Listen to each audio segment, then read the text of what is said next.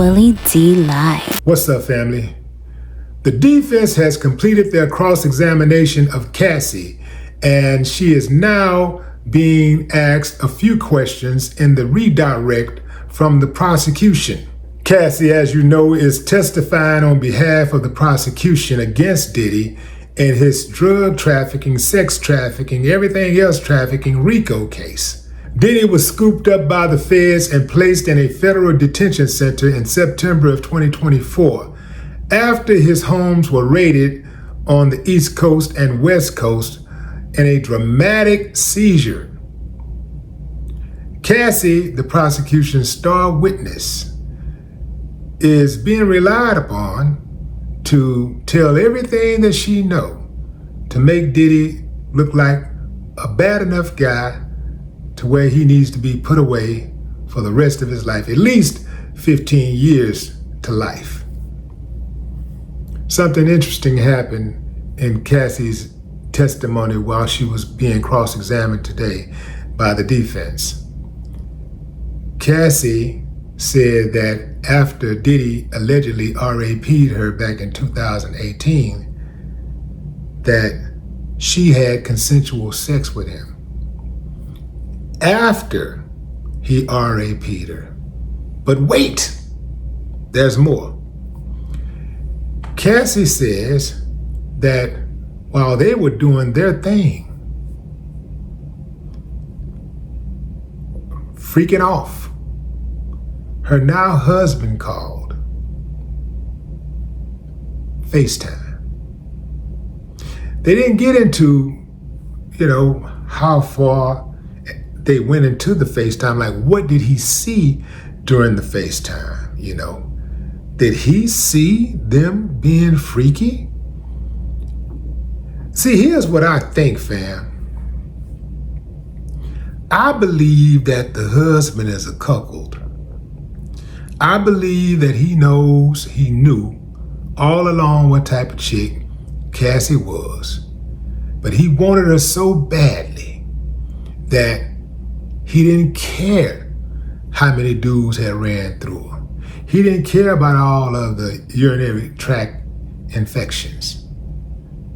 He didn't care that she was allowing herself to be a you-know-what dumpster. He didn't care. He wanted her. And check this out. Because of that, because of how he got her, it's not going to last. However you get him, that's how you lose him. Yeah. However you get him, that's how you lose him. In many cases. If you get your woman from another man, if you get your man from another woman, that's how you're going to lose him. In most cases. Because the trust is already broken out the gate. You don't even trust each other. What you're doing, it's not trust, it's lust. It's not love, it's lust. Because you want what you want. But deep down inside, you really don't trust this person. Because guess what you know? If he or she would do it to me, well, back up. If he or she would do it to them, they'll do it to me.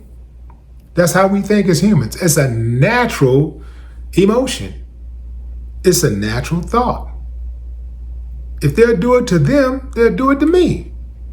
And I've seen that happen many times. I got a buddy whose wife stepped out on him with a guy, a mutual friend, in the church. I mean, he had family and everything, family, home. They were so-called building their future and all of this stuff. And she stepped out with dude and then left him and had a baby with the other dude and everything. And I think it lasted about 3-4 years and it was over. It didn't work out because the foundation was built on quicksand. Yeah. So Cassie is in these text messages talking about freak-offs. She's talking about how she desires, she is excited, she wants a freak-off. Here's a text exchange between Diddy and Cassie that the defense presented in court. Diddy is in blue. 11:59, I miss you already. Me too. When do you want to freak off? LOL. LOL. I'm just going up to change. I'm always ready to freak off. LOL.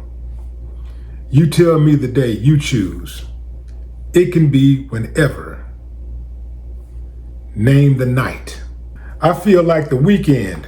A Friday night would be best so we'd have time to recover for the work week.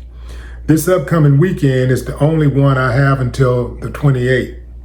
Okay, I'm on it. LOL. But if you can't, we can always do it during the week. You know that doesn't matter to me.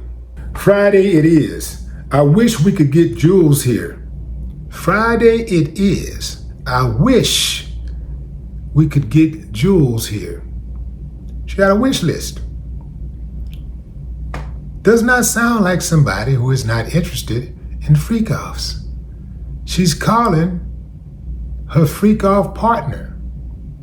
Her going to rehab for sexual compulsion, her repeatedly initiating freak-offs and asking for them and requesting certain male escorts, her cheating on her husband with him, etc., in a cashmere sweater, lets me know that Cassie was more than just an innocent victim.